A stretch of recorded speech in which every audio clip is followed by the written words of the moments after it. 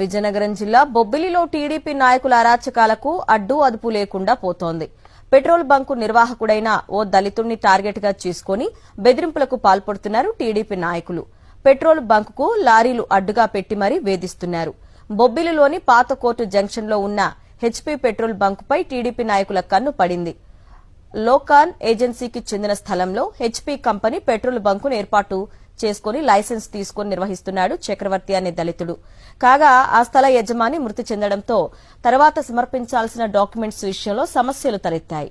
దీంతో కంపెనీ కొన్ని సంవత్సరాలుగా అద్దెను నిలిపివేసింది. ఈ నేపథ్యంలో దళితుడైన చక్రవర్తిని పెట్రోల్ వ్యాపారం వదులుకొని ఆ బంకును తమకు వదిలిపెట్టాలని స్థానిక ఎమ్మెల్యేను కలవాలని బెదిరింపులకు పాల్పడ్డారు. బంకులోకి పెట్రోల్ డీజిల్ కోసం వినియోగదారులను రానివ్వకుండా లారీలు ట్రాక్టర్లు అడ్డుపెట్టి వ్యాపారాన్ని పూర్తిగా నిలిపేశారు. తనను బెదిరించిన టీడీపీ నాయకులకు స్థానిక ఎమ్మెల్యే అండదండలు ఉండడంతో దళితుడైన చక్రవర్తి పోలీసులకు ఫిర్యాదు చేయడానికి భయపడ్డాడు.